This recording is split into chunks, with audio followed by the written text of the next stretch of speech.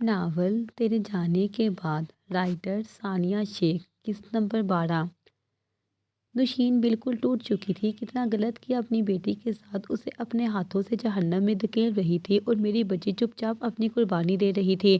نوشین میں بالکل بھی ہمت نہیں تھی کہ وہ ولیجہ کا سامنا کر سکتی۔ اسے ولیجہ سے زیادہ احسن کی فکر تھی۔ احسن اسے معاف نہیں کریں گے۔ اف اللہ، میں دولت اور سٹیٹس کے چکروں میں اپنی بیٹی کو عذاب میں دھکیل رہی تھی۔ اگر میں خود اپنے کانوں سے نہ سنتی تو کبھی یقین نہ کرتی۔ وہ ولیجہ کے کمرے کے باہر کھڑی تھی۔ ملازمہ کے ایک ہاتھ میں کھانے کی ٹرے تھی۔ آج قریشی ہاؤس میں سب بھوکے تھے، کسی نے روٹی کا ایک لقمہ بھی منہ میں نہیں ڈالا تھا۔ نوشین نے ولیجہ کا کمرہ ہلکا سا نوک کیا اور ہینڈل گھما کر اس دروازے سے جھانکا۔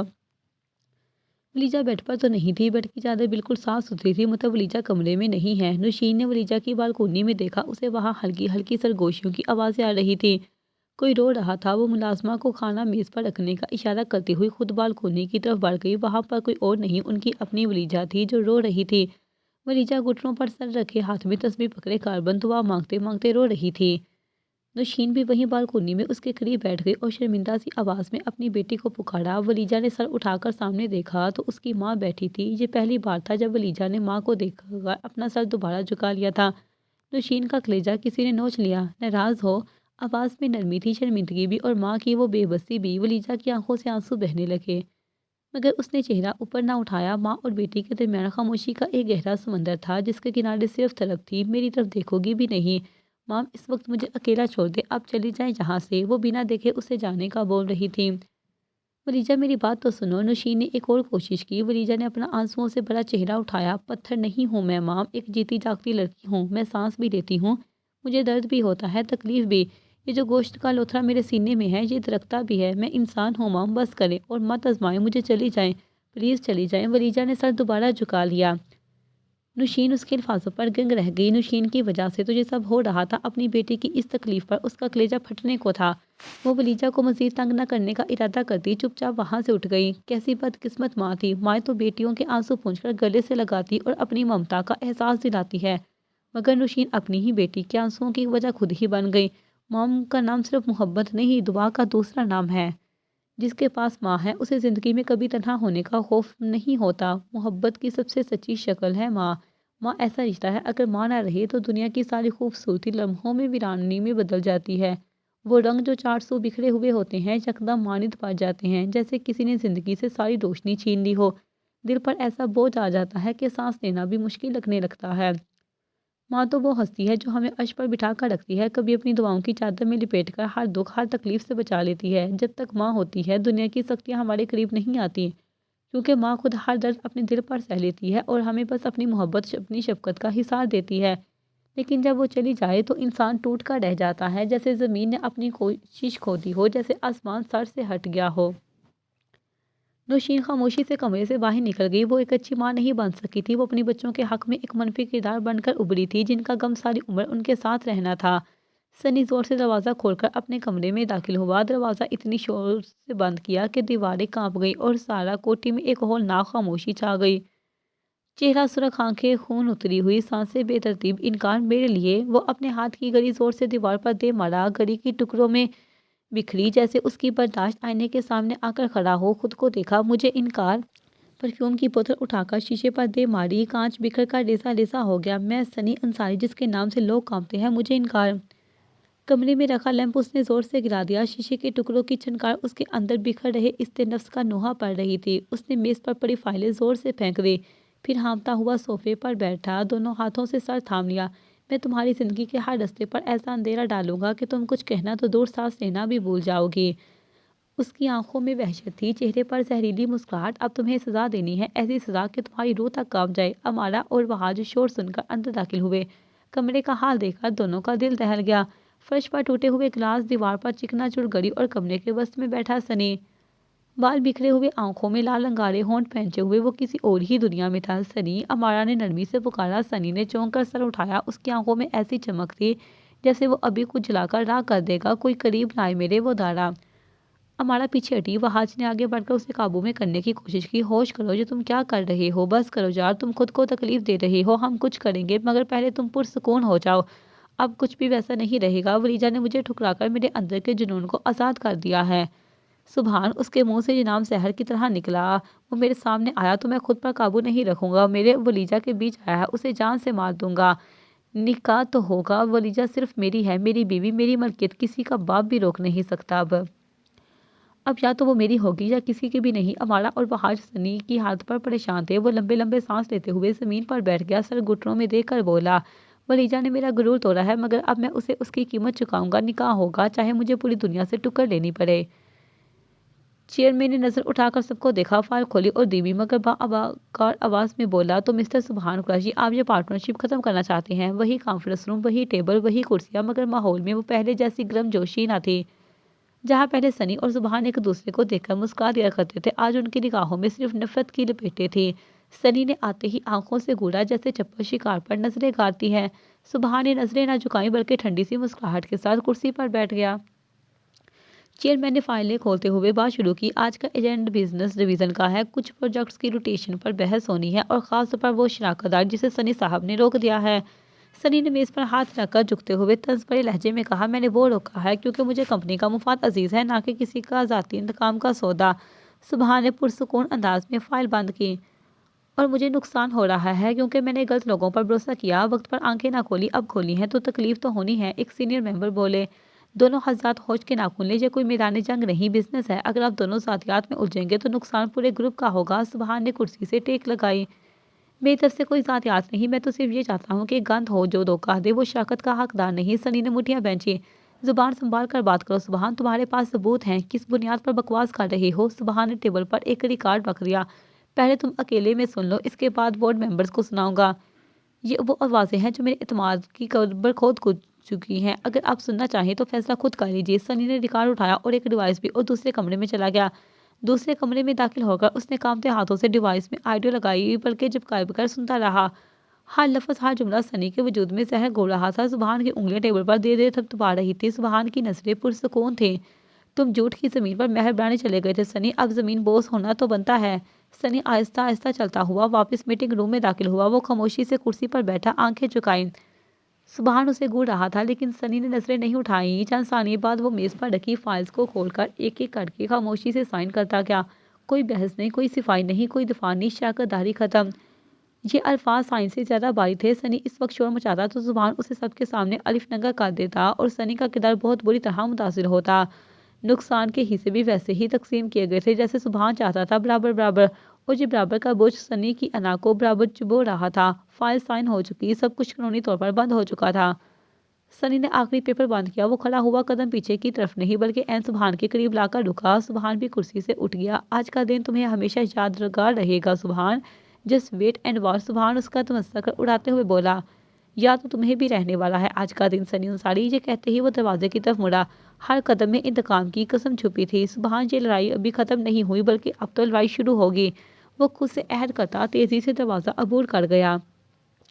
کلاس کی خاموش فضا میں ابا کی نرم پروقار آواز گونجی، یاد رکھو جو بھی ہوتا ہے وہ صرف اور صرف اللہ کی مرضی سے ہوتا ہے۔ سب لڑکیاں ہمت انگوش تھیں۔ ہم انسان سوچتے ہیں، پلان بناتے ہیں، خواہش کرتے ہیں، لیکن جو ہوتا ہے وہ صرف وہی ہوتا ہے جو اللہ چاہتا ہے۔ کبھی کچھ اچھا ہو جائے تو شکر ادا کرو، اور اگر برا لگے تو تکلیف ہو تو صبر کرو، کیونکہ تم نہیں جانتی کہ جس نقصان میں تم رو رہی ہو اللہ نے تمہیں کتنے بڑے فتنے سے بچا لیا ہوتا ہے۔ ولیجہ نے سوال کیا، آپا لیکن جب دل ٹوٹتا ہے خواب بکھرتے ہیں؟ آپا مسکرائیں، جانتی تھی یہ سوال ولیجہ کی طرف سے ہی آنا تھا، تو سمجھو کہ وہ خواب تمہارے لیے نہیں تھے یا وہ راستہ تمہارے حق میں نہیں تھا۔ اللہ تمہیں محفوظ کر رہا ہوتا ہے، بس تمہیں نظر نہیں آتا ابھی، لیکن کچھ وقت بعد تم خود کہو گی کہ جو ہوا بہتر ہی ہوا۔ مگر آپا قسمت سے تو دعا دل سے بدل جاتی ہے نا؟ ہاں، قسمت واقعی دعا سے بدل جاتی ہے، مگر دعا کے دل کا سچا ہونا، یقین کا پختہ ہونا اور رب سے گہرا تعلق ضروری ہے۔ انہوں نے سب کی طرف دیکھا، دعا صرف مانگنے کا نام نہیں، وہ ایک مکمل یقین ہے کہ تم مانگو گی اور وہ دے گا جب وقت صحیح ہوگا، اور وہ چیز تمہارے حق میں بہتر ہوگی۔ اللہ تمہارا بہایا ہوا ایک بھی آنسو رائگاں نہیں جانے دیتا، وہ سدائیں محفوظ کر لیتا ہے اور پھر اپنے بندوں کو تب لٹا دیتا ہے جب وہ خود بہتر سمجھتا ہے۔ کلاس اپنے اختتام کو پہنچی تو سب بچیاں جانے کی تیاری میں تھیں۔ آپا نے ولیجہ کو آواز دے کر رکنے کو کہا، جی آپا۔ ولیجہ، ہم تمہارے بہت شکر گزار ہیں، تم نے یہ گھر خرید کر اس دن ہماری مدد کی تھی۔ مجھے تو سبحان سے پتہ چلا کہ تم دونوں بہن بھائی ہو، اللہ پاک تم دونوں کو بری نظر سے بچائے اور اس کا اجر دے۔ آپا بہت مشکور تھی اور خوش بھی۔ پرایا کر دیا آپ نے مجھے شکریہ بول کر، یہ میرے لیے بہت اہم جگہ ہے آپا انمول میری روح جڑی ہے یہاں سے، اور پیچھے کام اللہ نے مجھے لینا تھا، بس وسیلے بنتے گئے۔ ولیجہ نے آپا کے ہاتھ پر ہاتھ رکھے انہیں دلاسا دیا۔ ولیجہ آپی میری بات سنیں پلیز۔ دونوں آپس میں کچھ بات کر رہی تھی کہ فاطمہ دور سے پکارتی ہوئی ان تک پہنچی۔ جی ولیجہ نے جواب دیا۔ آپا اسے گھور رہی تھی، وہ جانتی تھی کہ فاطمہ کیا بولے گی۔ فاطمہ آپی میری دوست کی منگنی ہے آج جو عرس کا، اگر آپ کے راستے میں آتا ہے کیا آپ مجھے چھوڑ دیں گی پلیز؟ ولیجہ نے مسکرا کر اسے دیکھا۔ پنک کلر کی فراک پر پنک لپسٹک لگائے وہ کوئی معصوم سی بچی لگ رہی تھی۔ ولیجہ کو وہ ویسے بھی بہت پیاری لگتی تھی، اس کی معصوم شرارتیں، اس کی معصوم باتیں۔ ہاں کیوں نہیں، میں ڈراپ کر دوں گی، کوئی بات نہیں، ولیجہ نے خوش دلی سے کہا۔ بیٹا یہ پاگل ہے، اس کے بابا غصہ کرتے ہیں، میں اسے منع کر رہی ہوں اور یہ ضد کیے بیٹھی ہے۔ آپا نے اس کی شکایت کی۔ ارے کچھ نہیں ہوتا آپا، وہ ہر جگہ تو حجاب میں ہوتی ہیں، وہاں صرف لڑکیاں ہی ہوں گی، جانے دے۔ ولیجہ کی بھرپور وکالت پر وہ مان گئی۔ فاطمہ ولیجہ کے گال چومتی ہوئی حجاب لینے دوڑی تو دونوں کی ہنسی بے ساختہ ہی چھوٹی تھی۔ فاطمہ کی معصوم باتیں ولیجہ کو ہنسا رہی تھی۔ باہر ہلکی ہلکی بارش ہو رہی تھی۔ فاطمہ کی دوست کا گھر آیا تو اسے وہاں ڈراپ کیا۔ گاڑی تھوڑی دور ہی چلی تھی کہ کسی خرابی کی وجہ سے گاڑی رک گئی۔ ڈرائیور کیا ہوا؟ ولیجہ نے آواز لگائی۔ باجی پتہ نہیں، دیکھتا ہوں کوئی خرابی ہو گئی ہے شاید۔ وہ دروازہ کھول کر باہر نکلا۔ ولیجہ نے شیشہ نیچے کیا اور باہر جھانک کر دیکھا، چاروں طرف خاموشی تھی۔ تبھی اچانک ایک گاڑی آ کر رکی اور اس میں سے 4 نقاب پوش نکلے۔ ڈرائیور نے فوراً ان کی نیت بانپ لی اور زور سے چلایا۔ کون ہو تم لوگ؟ خبردار جو گاڑی کے قریب آئے۔ لیکن ایک نقاب پوش نے لپک کر ڈرائیور کا گریبان پکڑا۔ ڈرائیور نے اپنا دفاع کرنے کی کوشش کی، ہاتھ جھٹکے مارنے کی کوشش کی، مگر دوسرا نقاب پوش پیچھے سے آیا اور ایک باہی لوہے کی راڈ سے اس کے سر پر ضرب لگائی۔ ٹھک! ڈرائیور کے منہ سے ایک آگ کڑا نکلی، وہ لڑکھڑا اور زمین پر گر گیا۔ ولیجہ نے شیشہ نیچے کیا۔ کیا ہوا؟ اس کی چیخ ابھی لبوں تک ہی پہنچی تھی کہ پیچھے کا دروازہ کھل چکا تھا۔ ایک نقاب پوش شخص بجلی کی تیزی سے اندر داخل ہوا۔ ولیجہ نے چیخنے کی کوشش کی، مگر دوسرے لمحے اس کے منہ پر کوئی گیلا رومال رکھ دیا گیا۔ آواز اس کے حلق میں دب گئی، آنکھوں کے سامنے اندھیرا چھانے لگا۔ چھوڑو مجھے، جانے دو۔ ولیجہ کی آواز کپکپا رہی تھی، جسم میں سکت ختم ہو رہی تھی۔ نقاب پوش نے تیزی سے اس کے دوسرے کالی گاڑی میں منتقل کیا۔ وہ جو گاڑی سائیڈ میں چھپی ہوئی پہلے سے کھڑی تھی اسے دوسری گاڑی میں گھسیٹا گیا۔ ڈرائیور نیم بے ہوش پڑا تھا، ماتھے سے خون بہہ رہا تھا۔ گاڑی کے دروازے بند ہوئے، کالی گاڑی غائب ہو گئی۔ سڑک پر فقط خاموشی اور زمین پر پڑا ولیجہ کا بیگ جو دھیرے دھیرے بارش میں بھیگتا جا رہا تھا۔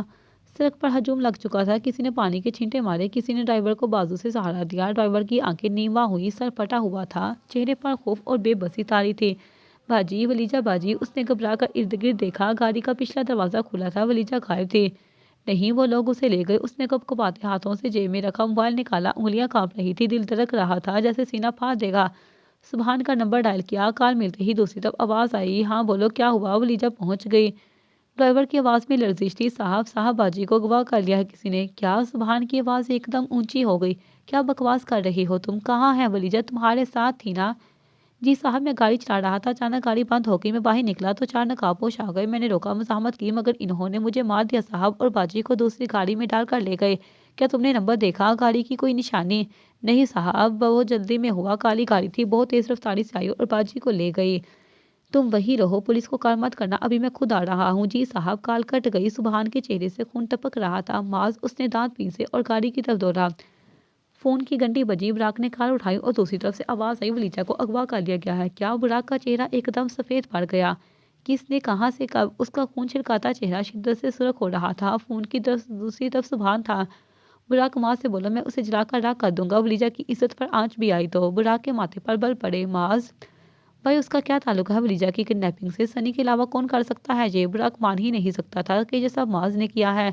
مجھے نہیں پتا سنی ہے یا پھر معاذ، مگر میری بچی، میری بہن کو کچھ ہوا تو دونوں کو جان سے مار دوں گا۔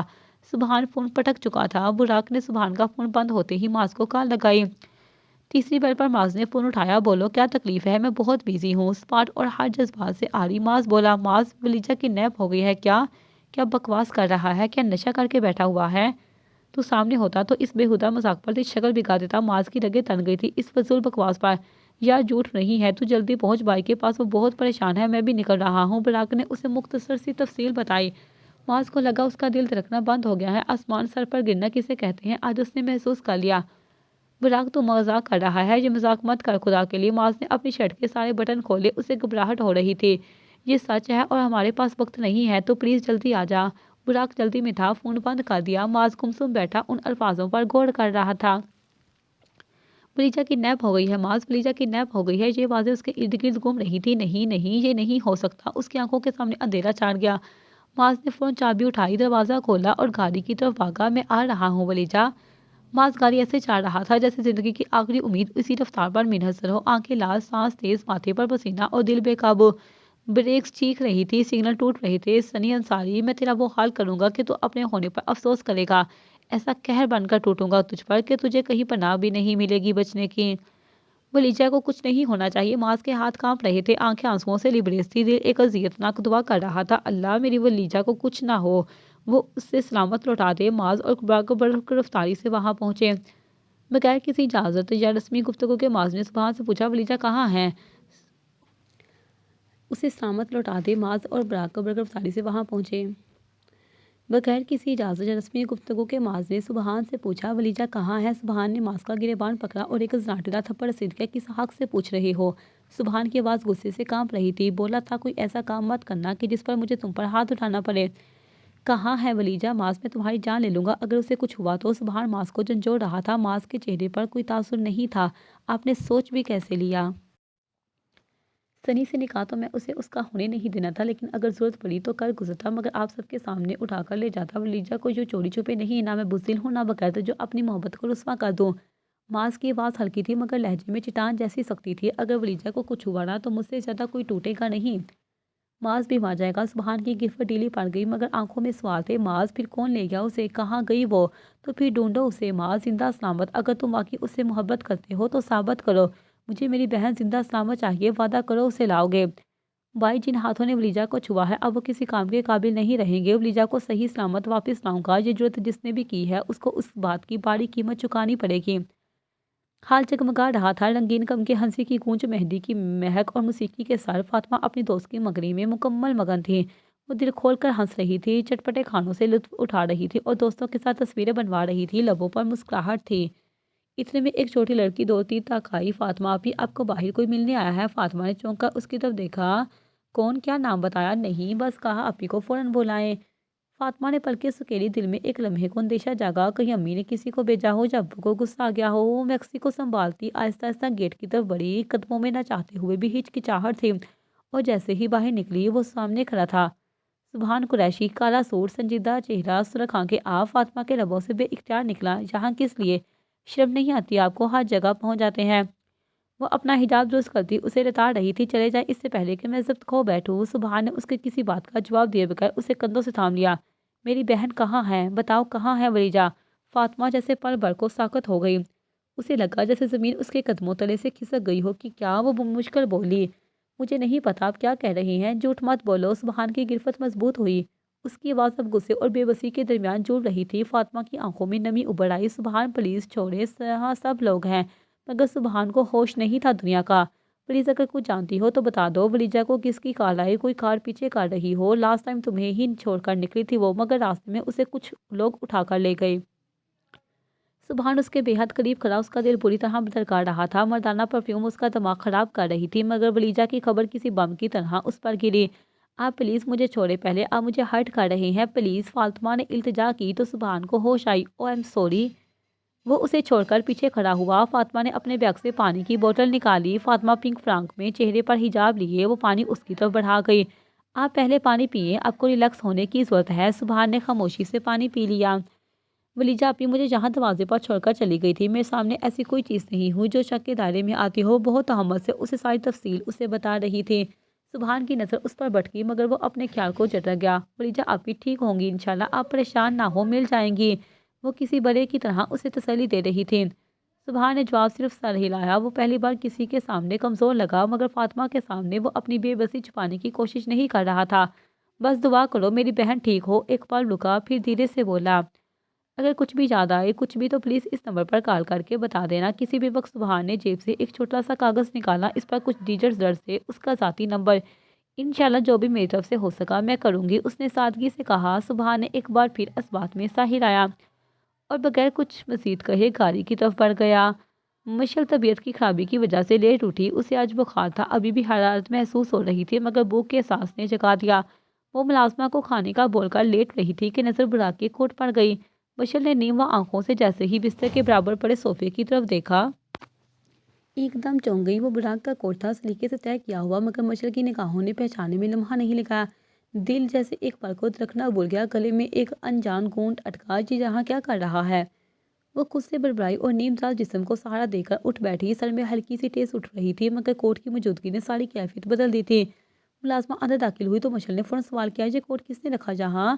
ملازمہ نے چونکا دیکھا، بی بی جی وہ ڈرائی کلین کیا ہے۔ اچھا ٹھیک ہے، اسے اندر وارڈروم میں ہینگ کر دو اور جاؤ۔ بخار سے اس کا جسم دکھ رہا تھا۔ ابھی اس نے سینڈوچ کا ایک بائٹ ہی لیا تھا کہ اس کے کمرے کی کھڑکی کے شیشے ایک زوردار صدمے سے ٹوٹے۔ وہ چلاتی ہوئی بیڈ کی دوسری طرف بھاگی۔ وہ براق تھا، ہاں وہی تھا۔ بشل نے مبوچ کر اپنی سانسوں کو قابو کیا۔ تم پاگل ہو گئے ہو، یہ کیا طریقہ ہے کسی کے کمرے میں آنے کا؟ وہ لڑکھڑاتی ہوئی بولی۔ براق اس وقت دیوانگی کی آخری حد پر تھا۔ کھڑکی کا شیشہ توڑ کر اندر کودنے والے براق کے حلیے سے ہی محسوس ہو رہا تھا کہ کوئی طوفان اس کے اندر پڑ رہا ہے۔ اس کے چہرے اور ماتھے پر شیشہ لگنے سے چوٹ آئی تھی، جس سے خون رس رہا تھا۔ مشل نے کمر کے پیچھے ہاتھ رکھا جیسے خود کو سہارا دے رہی ہو۔ یہ کیا حرکت تھی؟ کھڑکی توڑ دی تم نے؟ مشل نے اپنی آنکھیں بند کی اور دوبارہ کھولی۔ اسے چکر آ رہے تھے، اس کا جسم شدید گرم ہو رہا تھا۔ براق سپاٹ چہرہ لیے اس کی طرف بڑھا۔ تمہارے بھائی نے میری بہن کو اغوا کر کے اچھا نہیں کیا مشل۔ اب میں اسے بتاؤں گا کہ دل پر وار کرو تو تکلیف کتنی ہوتی ہے۔ چلو میرے ساتھ۔ براق نے مشل کا ہاتھ پکڑ کر اپنی طرف کھینچا۔ براق پاگل مت بنو، بیٹھ کے بات کرو، ہم اس کا کوئی حل نکال لیں گے۔ ولیجہ واپس آئے گی، مگر پلیز یہ قدم مت اٹھانا۔ براق خدا کے لیے، مشل نے آگے بڑھ کر اس کا بازو تھاما، یہ تم نہیں ہو۔ تم وہ ہو جو روتے ہو تو دوسروں کے آنسو پونچھتے ہو۔ تم وہ ہو جس نے ماس کو سنبھالا۔ تم وہ ہو جس کی ولیجہ جیسی بہن ہے۔ مت گراؤ اپنی نظروں میں، مت گراؤ خدا کی نظروں میں۔ تم چاہتی ہو میں کچھ نہ کروں، صرف بیٹھ کر صبر کر لوں۔ ولیجہ کہاں ہے؟ کس حال میں ہے؟ تمہیں اندازہ بھی ہے؟ مشل کی پلکیں بھیگ گئی، پتہ ہے، لیکن اگر تم کچھ غلط کر بیٹھے تو پھر ولیجہ واپس آ بھی گئی تو تمہارے ہاتھوں میں صرف پچھتاوا ہوگا۔ براق یہ پاگل پن ہے، مشل نے بے بسی سے کہا۔ ولیجہ میرے لیے صرف بہن نہیں، میری دنیا ہے، یہ میری عزت ہے، اور جس نے اس دنیا کو نو چاہے نہ، اب وہ میرے ہاتھوں سے سزا پائے گا۔ تو ان سب میں میرا کیا قصور ہے؟ براق مشل کو لگا اب وہ کھڑی نہیں ہو سکتی اس سے زیادہ۔ براق کے سر پر جنون سوار تھا۔ سوری مشل، مگر تمہیں جانا پڑے گا۔ براق نے مشل کو کھینچ کر کندھے پر ڈالا۔ مشل کی چیخ دب گئی۔ براق کی گرفت میں کوئی نرمی نہ تھی، اس کا لہجہ سخت، آنکھوں میں طوفان اور قدموں میں بے رحمی تھی۔ براق چھوڑو مجھے، تم پاگل ہو گئے ہو۔ مشل کے الفاظ بس اس کے حلق سے ٹکرا کر رہ گئے۔ سوری مشل، براق کا لہجہ سر تھا، تمہیں جانا پڑے گا کیونکہ تم سنی کی بہن ہو۔ سوری مشل، براق کا لہجہ سر تھا، تمہیں جانا پڑے گا کیونکہ تم سنی کی بہن ہو۔ وہ اسے کندھے پر ڈالے گھر کی پچھلی سیڑھیوں سے ہوتا باہر نکلا۔ گھبراہٹ، ہلچل، ملازموں کی آوازیں، مگر کوئی روک نہ سکا اس طوفان کو۔ مشل کی حالت نڈال تھی۔ براق خدا کا واسطہ ہوش کرو، میں تمہاری دشمن نہیں ہوں۔ پتہ ہے، براق کی آواز کٹی ہوئی تھی، مگر دشمن کی بہن ہو۔ گاڑی کا دروازہ دھماکے سے بند ہوا۔ مشل کو پچھلی سیٹ پر جیسے پھینکا گیا۔ براق نے ایک آخری نظر اس پر ڈالی۔ گاڑی دھواں چھوڑتی ہوئی سڑک پر بھاگ نکلی۔ باہر کی دنیا پرسکون تھی، مگر گاڑی کے اندر ایک جنگ چھڑی تھی، غصے، جنون اور بے بسی کی جنگ۔ مشل اپنے ہوش و حواس سے بیگانہ ہو چکی تھی۔ رات کے گہرے سناٹے میں ماس کی گاڑی شہر کی خالی سڑکوں پر اندھا دھند دوڑ رہی تھی۔ اس کا چہرہ پسینے میں بھیگا ہوا، آنکھیں سرخ اور سانسیں تیز تھیں۔ فون کان سے لگائے وہ ہر اس شخص کو کال کر چکا تھا جو کبھی ولیجہ سے دور یا قریب رہا ہو۔ ہر دروازہ کھٹکھٹا چکا تھا، ہر گلی میں جھانک چکا تھا، مگر جواب صرف ایک، نہیں، ہمیں نہیں معلوم۔ گاڑی اچانک ایک سنسان چوک پر رکی۔ ماس نے ڈیشبورڈ پر زور سے مکہ مارا اور پوری طاقت سے چلایا، ولیجہ، ولیجہ کہاں ہو تم؟ کہاں ڈھونڈوں؟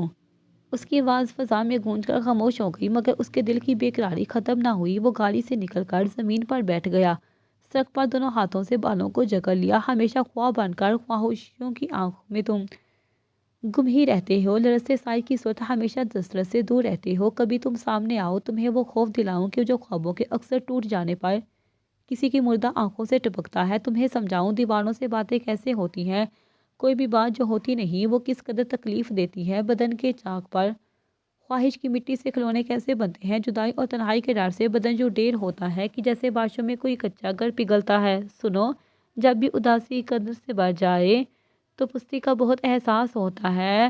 وجدان، تم دیکھ رہی ہو، وجدان میں آتا ہے۔ ماس کی آنکھیں نم ہوئیں۔